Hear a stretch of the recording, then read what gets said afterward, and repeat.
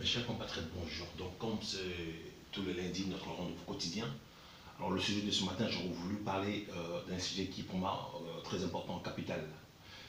Pourquoi les présidents africains sont-ils, je dirais, les nègres des services ou, je dirais, les gardiens des prisons à ciel ouvert?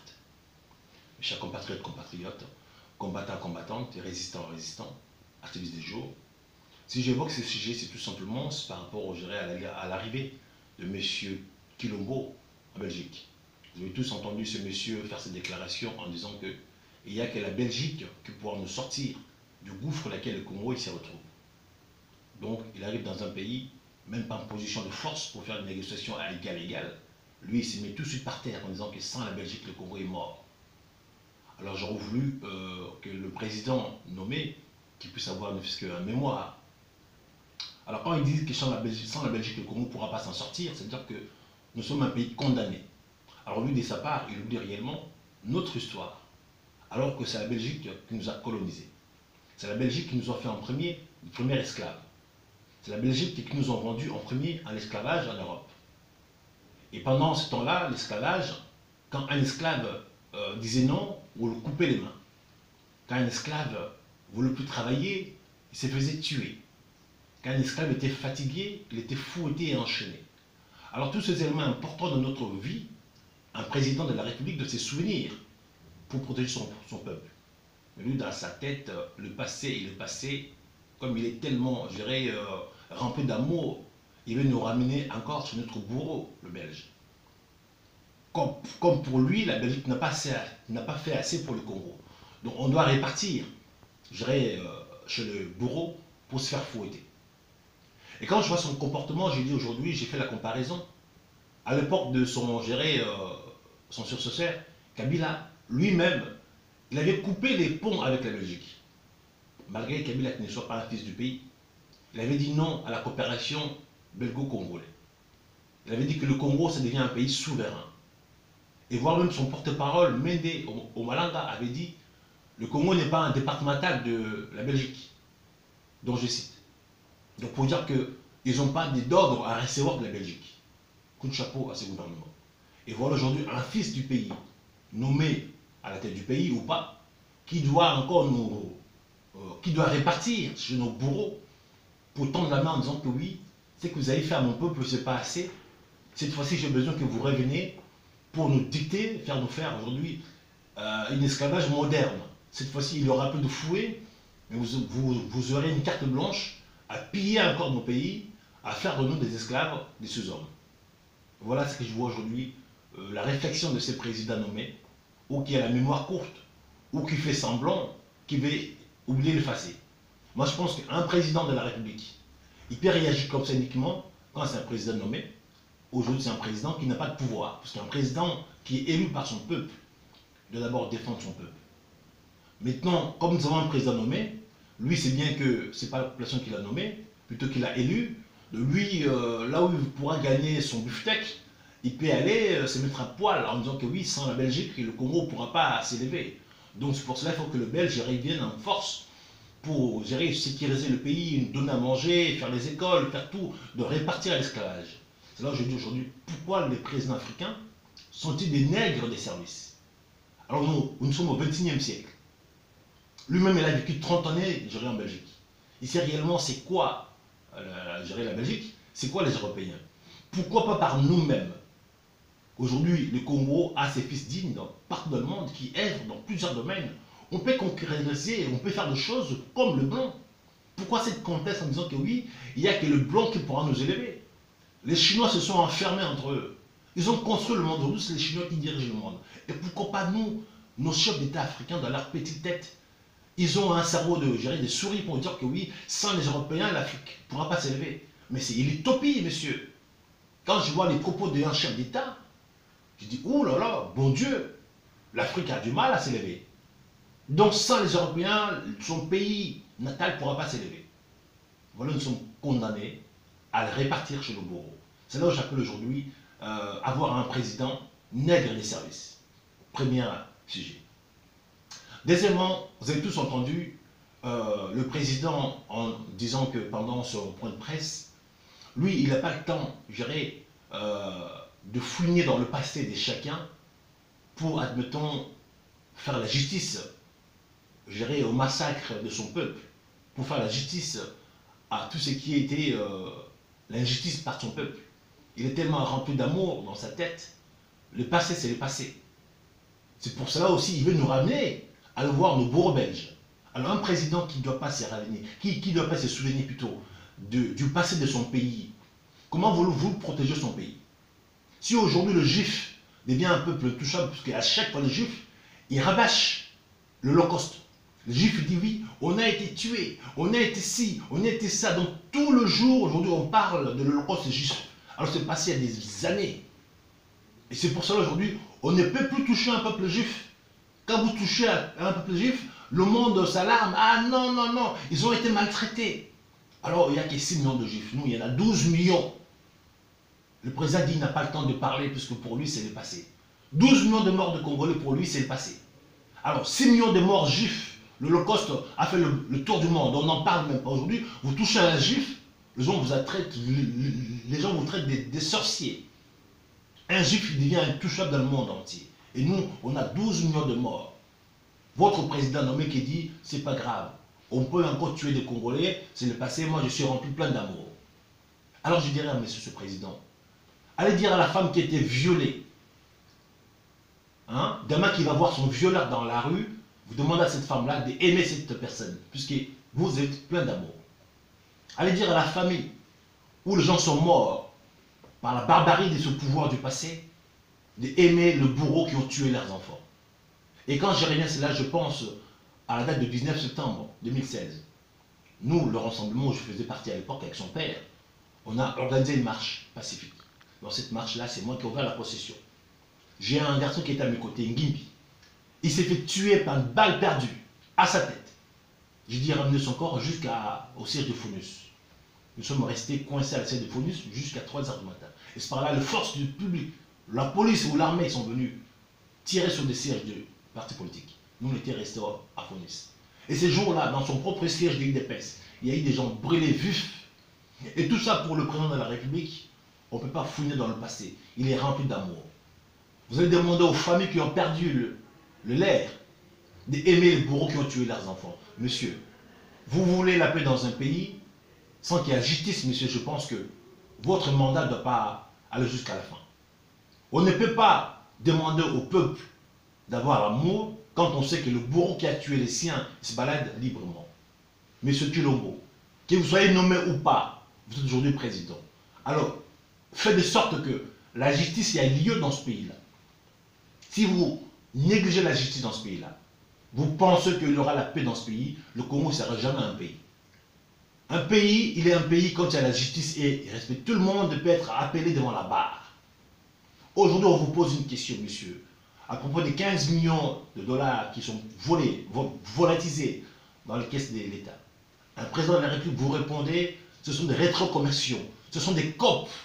Alors vous imaginez un président de la République dans un plateau de télé à l'étranger qui parle des COP, que cet argent est sorti parce que c'est notre COP.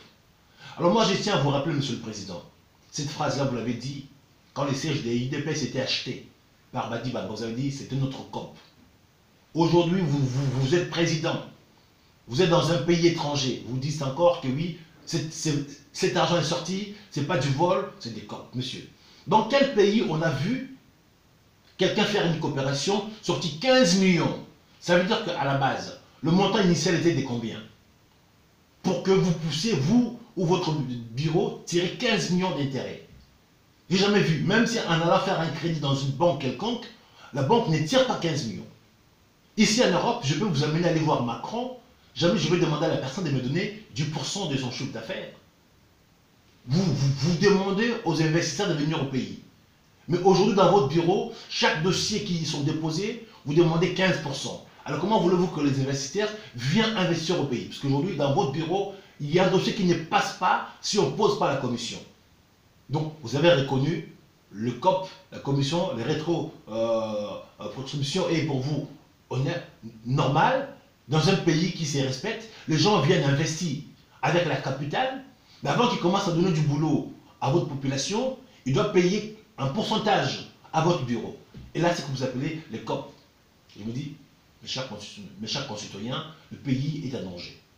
Un président de la République en plein plateau de télé qui reconnaît que dans son pays, il y a la coopération, ce qu'on appelle la corruption. Alors vous prétendez dire que vous voulez combattre la corruption, monsieur. Mais réfléchissez 10 fois avant de parler. La COP, là, c'est la corruption. On ne peut pas demander à quelqu'un de donner 10% sur quoi que ce soit. C'est interdit dès la loi. C'est comme aujourd'hui, ça se fait au pays, ce qu'on appelle le bank lumber. Quelqu'un qui vous prête 50 euros, il vous demande 50%. C'est du vol. Vous devez combattre toutes ces choses-là. Et vous, vous reconnaissez en disant que oui, c'est normal, dans mon pays, il y a les COP. Dans mon bureau, à la présidence de la République, vous déposez votre dossier pour investir au pays, vous devez passer par la case 10%, 15%. Vous avez reconnu ouvertement. Alors, voulez-vous que dans un pays comme le nôtre, vous puissiez arrêter la corruption, monsieur? C'est impossible. Donc, vous dites autre chose, vous faites autre chose, monsieur. Mes chers concitoyens, nous avons un président irresponsable, qui ne sait même pas ses mots. Il n'a même pas le langage présidentiel ou le langage diplomatique. Il est dans un pays étranger, il parle comme s'il était encore président de l'IDPS. Je pense que vos conseillers ne font pas leur travail. Ou c'est vous-même que vous avez beaucoup de lacunes. Vous ne pouvez pas avoir la légèreté des paroles, des propos. On a vu Kabila pendant 22 ans de pouvoir, Kabila ne parlait pas, il ne donnait pas des interviews, sa parole était rare. Ça fait de lui un homme exceptionnel. Kabila, pendant ces 22 ans, il a sillonné le pays, mais à l'intérieur, pour connaître le pays, pour découvrir le pays, le fond du pays. Il a même fait la tournée en voiture. On l'a vu avec sa voiture bourbier dans le sable, tout consort. Il a fait les 4 coins du pays, en route. Ça, Kabila, quelqu'un qui n'est pas un fils du pays. Vous mettant fils du pays, au lieu même d'abord commencer par les réconcilier votre peuple, qui sont aujourd'hui divisés par votre nomination, vous en foutez de votre peuple. Vous courez le monde, vous voyagez partout. Pendant cela, 8 mois de présence, plus de 30 voyages à votre actif, et la caisse de l'État, aujourd'hui, est presque vide. Vous videz les caisses de l'État pour vous voyager, qui ne donnent rien, qui ne ramènent rien aux Congolais. À chaque déplacement, vous ramenez une délégation, vous louez des avions. Encore une chose, un président de la République qui se respecte. On vous voit atterrir dans un aéroport militaire avec un avion Air Rwandair. Monsieur, vous voulez vraiment nous foutre la honte à tel point en disant que oui, un président de la République qui est dans un avion marqué avec les emblèmes du Rwanda. Est-ce que c'est le Rwanda qui dirige le Congo? Oui, c'est vrai, c'est pas faux. Mais là, aujourd'hui, vous l'avez affirmé. Je ne conçois pas, moi, un président de la République de mon pays, je dois partir à l'étranger avec l'avion d'un pays voisin. Même si c'est eux qui vous ont aujourd'hui nommé, quand même un peu la distraction. Pourquoi pas demander à votre successeur, M. Kabila, de vous rendre l'avion, l'appareil de l'État, aujourd'hui, que lui, il prend pour aller aux obsèques de Mugabe. Le Congo a son avion. Aujourd'hui, cet avion-là est cloué à Kingakat, monsieur. Vous êtes un président, vous n'êtes pas dans le pantalon, monsieur. Le Congo a ses propres moyens de déplacement. Mais ces moyens de déplacement, le président honoraire qui le prend, qui va avec, en Tanzanie. On a vu M. Kabila atterrir à Lubumbashi hier, là, quand on le voit sillonner avec une cortège présidentielle. On ne sait pas si c'est un président honoraire ou un président en fonction. Monsieur, entre vous deux. Oui, c'est vrai, de toute façon, vous avez dit le Congo, vous le dirigez ensemble. Donc maintenant, on sait que Kabila n'est plus un président honoraire, c'est un président en fonction. Moi, je pense que pour ma réflexion, on pourrait dire que Kabila, c'est le président de la République, Vital Kamerhe, c'est le vice-président. Vous, je pourrais penser que vous êtes un premier ministre avec un statut d'ambassadeur itinéraire, puisque un président de la République ne doit pas voyager autant. Ou vous êtes ambassadeur itinéraire pour aller peut-être négocier, comme vous faites là pour enlever les sanctions de vos prédécesseurs, parce que vous faites un travail qui n'est pas des présidents de la République.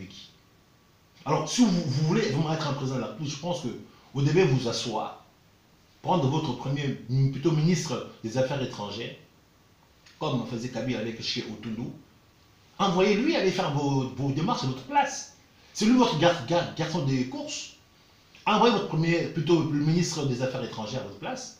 Allez voir tout ce pays qui voulait collaborer avec eux. Et pour que votre message soit passé. Vous ne devez pas vous lever vous-même en personnel, comme un perso, pour aller voir tout ce pays-là en disant que oui, je viens vous demander une négociation, mais en même temps, quand vous allez en négociation, vous êtes jamais en position de force. Ça, c'est moi, vous n'avez jamais dirigé une entreprise. Vous ne pouvez pas aller en négociation déjà, être par terre. Nous qui dirigeons les entreprises, on sait bien quand on vient en négociation avec un client, c'est gagnant-gagnant, monsieur. Je vous propose mes services, mais en contrepartie, je vous l'offre un peu des avantages, mais moi, je vais tirer la grande partie qui reste. C'est ça la négociation. Mais vous arrivez, mais presque par terre. Ça se comprend que vous n'avez jamais été patron quelque part. Vous arrivez en Belgique complètement par terre. Monsieur, sans vous, nous sommes morts. C'est quoi comme négociation, monsieur? Et vous voulez que demain, le Congo puisse s'élever avec ce genre de négociations, monsieur, vous devez repartir à l'école. Je suis sûr, et j'assume mes propos. Sinon, on aura des gens qui vont venir investir au Congo, mais en force, en nous écrasant, en ne donnant rien, monsieur. Vous devez apprendre le manuel. Des négociations ou vraiment de bon sens. C'est là aujourd'hui j'appelle en disant que l'Afrique a des présidents, je dirais, des nègres de service ou des gardiens des prisons. Comment voulez-vous un président de la République qui veut garder son peuple dans un esclavage total, à tel point que vous êtes dans votre propre pays où le soin des santé est tout un luxe. Demain, vous êtes malade, vous pouvez mourir du palis, ça c'est sûr. Et demain, vous cherchez un hôpital, les hôpitaux dans la cité, c'est fait rare. Vous n'avez pas l'argent, vous êtes condamné à mourir. Vous allez travailler, vous avez un salaire, mais qui ne vous permettent même pas de nourrir votre famille. Aujourd'hui, l'éducation est presque confisquée sciemment pour que demain nos enfants ne puissent pas relever le défi. Si dans un pays l'éducation est confisquée, comment voulez-vous? Nous on peut y arriver, nos enfants sont ici. Mais les gens qui sont au pays, là, qui ont fait 4-5 enfants, ces enfants, vous pensez que demain pourra se relever pour récupérer les pays? C'est impossible.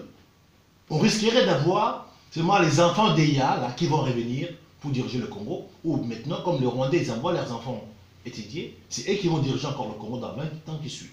Parce que vous, un fils de pays, vous avez bien vu que l'éducation est sillonnée, plutôt est confisquée.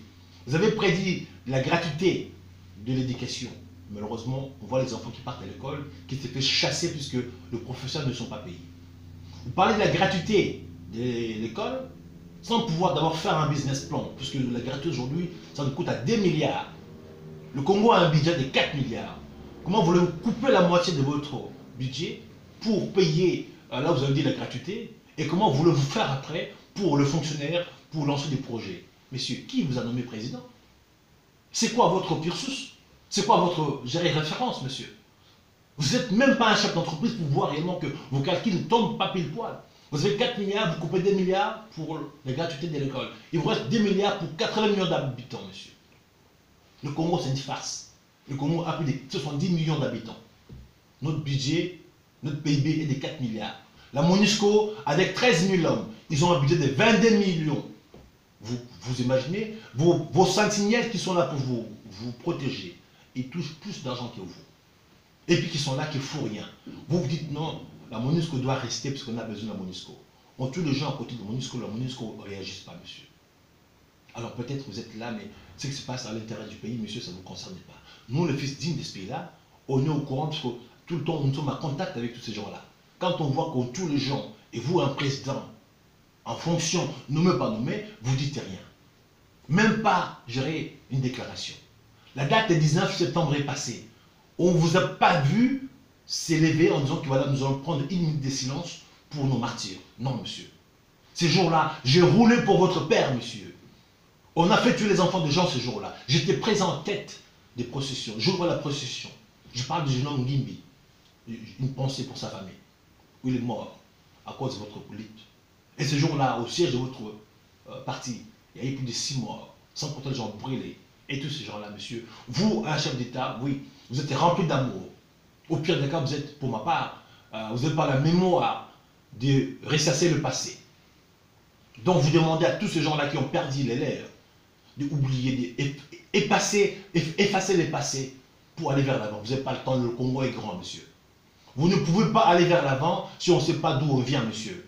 Celui qui ne sait pas qui il est ne pourra pas aller vers l'avant. On doit savoir qui on est. Je suis ici en Europe, ça fait 30 ans. Mais je sais que mon pays d'origine est le Congo, monsieur. Donc, coûte que coûte, je défendrai ce pays-là. Si j'avais oublié ce pays-là aujourd'hui, ces vidéos, je ne le ferais pas.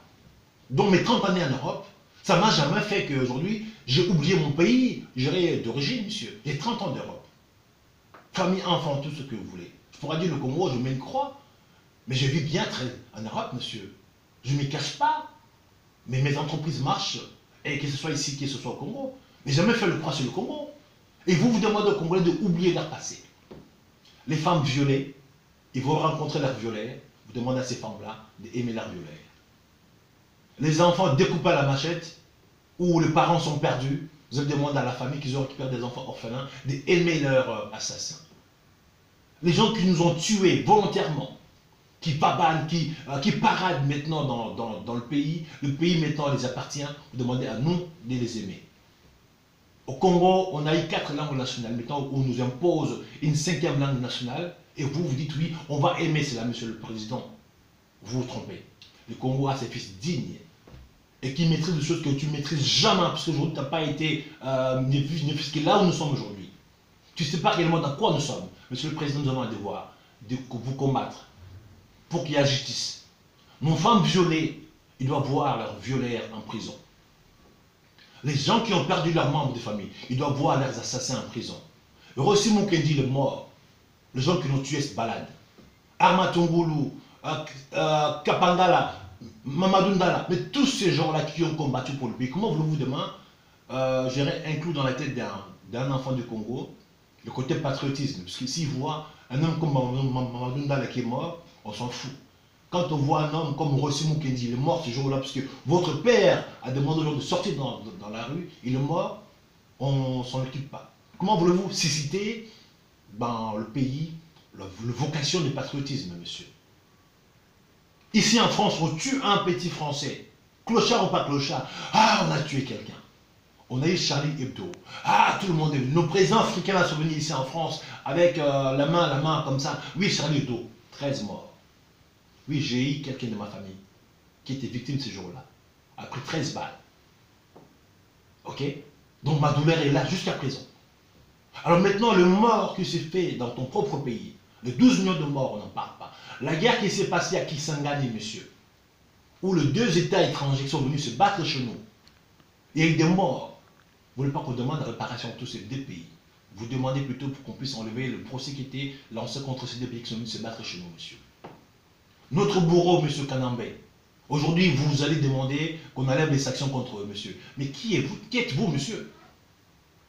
Je comprends qu'aujourd'hui, vous êtes ce que dit le nègre des services et un président aujourd'hui qui garde son peuple dans une prison à ciel ouvert. Le peuple congolais n'a pas le droit de s'en sortir. Il vit dans un pays le plus riche, il doit rester pauvre. Il doit faire un travail où il ne peut même pas générer de quoi nourrir sa famille. Donc, totalement, il perd toute sa dignité. Il perd sa réflexion, il devient un homme aujourd'hui chosifié. Vous avez fait sciemment pour appauvrir tout un peuple. Alors ils vivent, je dirais, dans un pays le plus riche au monde. Tout ce qu'il y a dans ce pays-là, le sous-sol du Congo, n'appartient pas aux Congolais. Alors vous voulez que les gens vivent dans ce pays-là, mais il faut qu'ils restent pauvres. On a vu des gens venir acheter des villages, déplacer la population sans se poser de questions de leur devenir. Et ça, vous voulez que nous, des gens humanistes, avec des valeurs de l'humanité, qu'on puisse accepter. On a vu des gens venir chez nous avec des bottes à caoutchouc, par 1 franc en poche, même pas un costume. Des mecs qui deviennent des hommes les plus puissants au monde, avec nos propres dîners, monsieur. On ne doit pas laisser faire, monsieur. Oui, j'assume mes propos.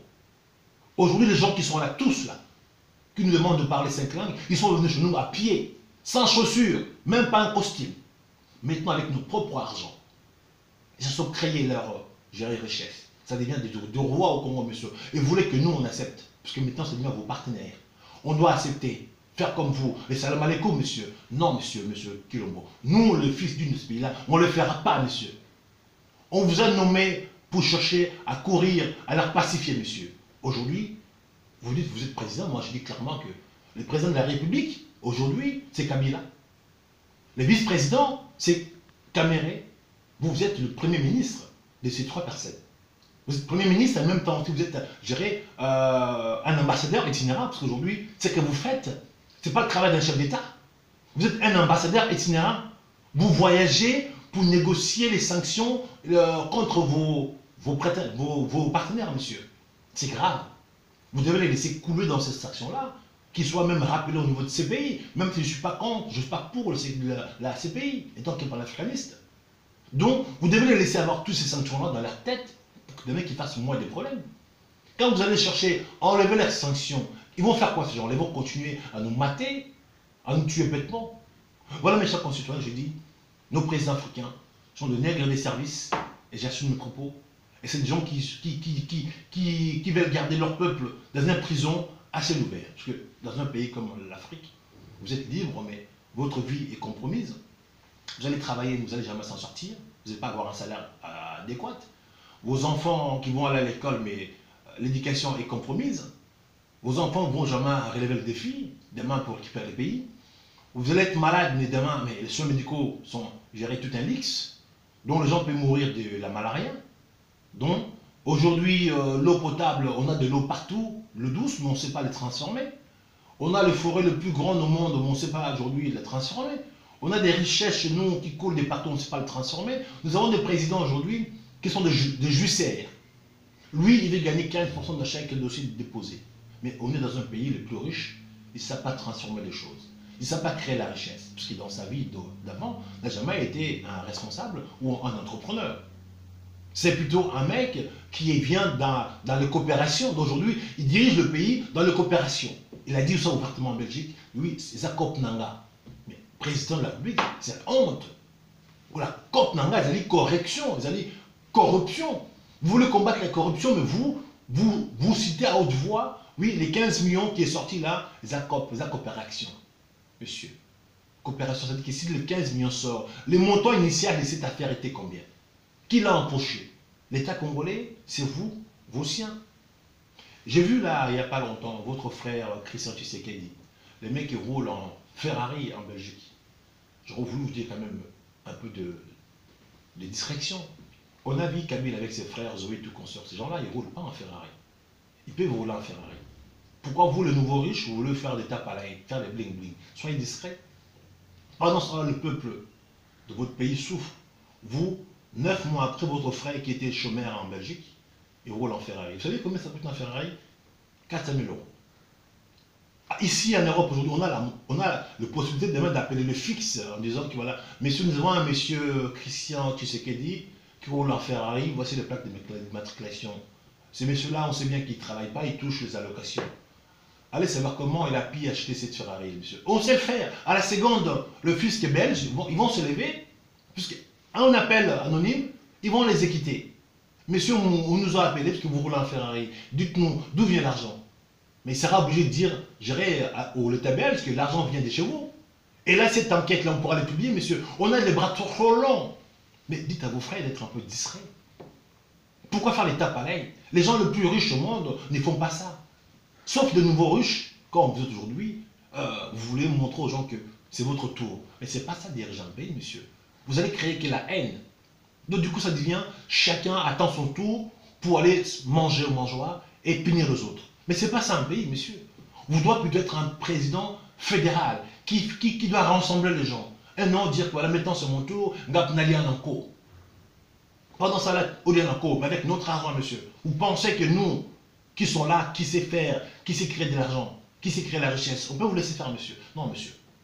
On va vous empêcher à continuer. Parce qu'aujourd'hui, 8 mois seulement à la tête du pays, les caisses de l'État sont vides. Vous vous effectuez des voyages qui n'amènent rien aux Congolais. À chaque voyage, vous sortez des millions. Vous louez des avions. Vous ramenez des délégations. Vous dormez dans des hôtels. Mais tout ça, vous payez, messieurs. J'aurais voulu vous conseiller, monsieur, arrêtez de voyager. Rentrez au pays. Prenez un votre ministre des Affaires étrangères. Si vous avez besoin d'aller, admettons, en Suisse, lui tout seul, avec deux personnes, avec un billet d'avion, 3 personnes, il prend l'avion, ils vont en Belgique. Ou bien ils vont en Suisse. Ça sera 3 personnes qui vont voyager. Il n'y aura plus des frais importants. Il n'y aura pas un avion à louer. Parce qu'aujourd'hui, c'est comme ça que chez Otundu, il faisait quand il voyageait. Il ne prenait pas un avion, monsieur. Kabila, il a voyagé chez Otundu avec 3-4 personnes. Donc Kabila, pendant tout ce temps-là, quand même, on pourra l'insulter, mais on a trouvé, dans les caisses de l'État, il y a eu l'argent. Donc c'est quand même un homme, on pourra l'insulter, mais aujourd'hui, il n'a pas pillé le pays de la sorte. Il a fait moins de voyages à l'extérieur. Il a combattu réellement aujourd'hui l'Occident. La preuve en est, les relations belges, pour lui, ça ne doit pas exister. Je soutiens ces types-là de ce côté. Je suis panafricaniste. Je veux que l'Afrique revient aux Africains. Il a dit non, le Congo n'est pas un départemental de la Belgique. Et vous, mettons un fils du pays qui arrive, qui veut nous ramener encore chez nos bourreaux. Kabila, félicitations. On peut les souhaiter, mais quand même, qu'il soit Rwanda ou pas, mais il a protégé un peu notre pays. Et vous mettez un fils du pays, vous nous ramenez encore chez nos bourreaux, monsieur. Qui sont vos conseils, monsieur? Alors, mes chers concitoyens, le Congo, l'Afrique a un problème sérieux. Nous avons des présidents, des nègres des services et des gardiens des prisons à ciel ouvert. Si la nouvelle génération ne se lève pas pour bouter derrière tous ces présidents-là, chacun pourra se reconnaître aujourd'hui, l'Afrique restera soumise à l'esclavage moderne.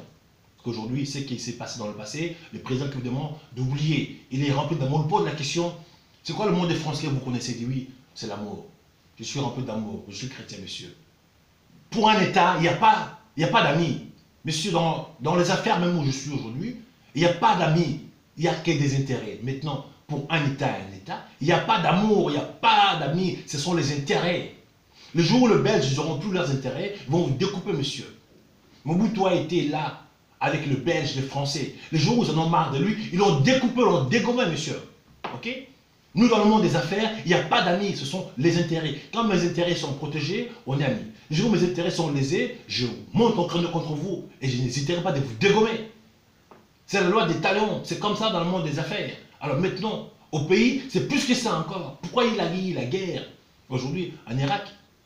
Pourquoi il y a eu la guerre en Libye, monsieur? Sarkozy est parti en guerre en Libye. Pourquoi? Pour aller piller la Libye. Pourquoi on est parti en guerre, en Irak, monsieur? Il n'y a pas d'amour. On a vu, Kadhafi, ici en France, la main dans la main avec Sarkozy. Mais 3 jours après, Sarkozy l'a dégommé, monsieur. Dans le monde, il n'y a pas d'amis. C'est le rôle le plus fort. Vous, vous êtes un président rempli d'amour. Vous nous demandez d'effacer, de pardonner nos bourreaux. Nos femmes violées, il faut qu'ils puissent aimer leurs violeurs. Les gens qui ont perdu leur famille, membres des familles, ils doivent aimer leurs bourreaux. Monsieur le Président, je pense que vous devez vous ressaisir. Arrêtez vos voyages avant que ça soit trop tard. Parce qu'aujourd'hui, le Congo a ses fils dignes qui vous tient, qui vous met en garde, monsieur. Vos bêtises, vous devez arrêter. Les caisses de l'État n'est pas à vous. Dites à vos familles, là, de se ressaisir.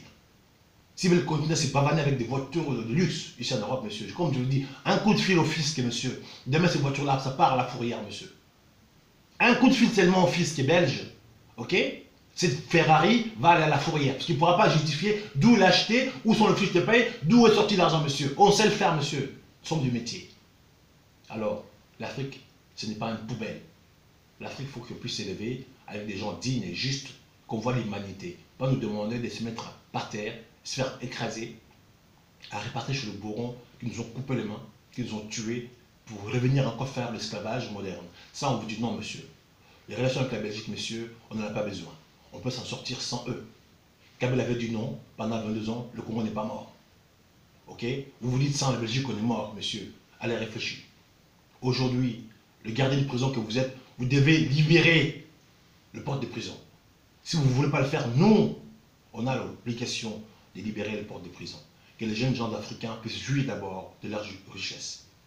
Que l'école soit restaurée. Que la santé soit restaurée. Que les vies soient, sacrées. Que les richesses soient partagées équitablement. Là, je vous dirais, il y aura l'amour. Les gens vont s'aimer.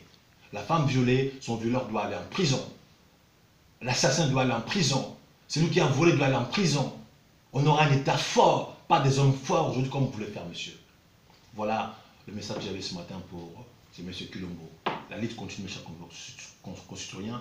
Sincèrement, partagez-moi ces messages pour qu'ils sachent que le Congo a ses fils dignes, qu'il ne doit pas arrêter, qu'il n'arrêtera jamais de se battre, sachant qu'on a des présidents nommés avec de moralité zéro, avec les mémoires des souris, que nous demandons tous d'effacer nos mémoires, repartir à zéro, donner toute une vie nouvelle à nos assassins, blanchir nos assassins pour qu'ils continuent à faire l'impunité, monsieur. Là, on vous dirait non, monsieur.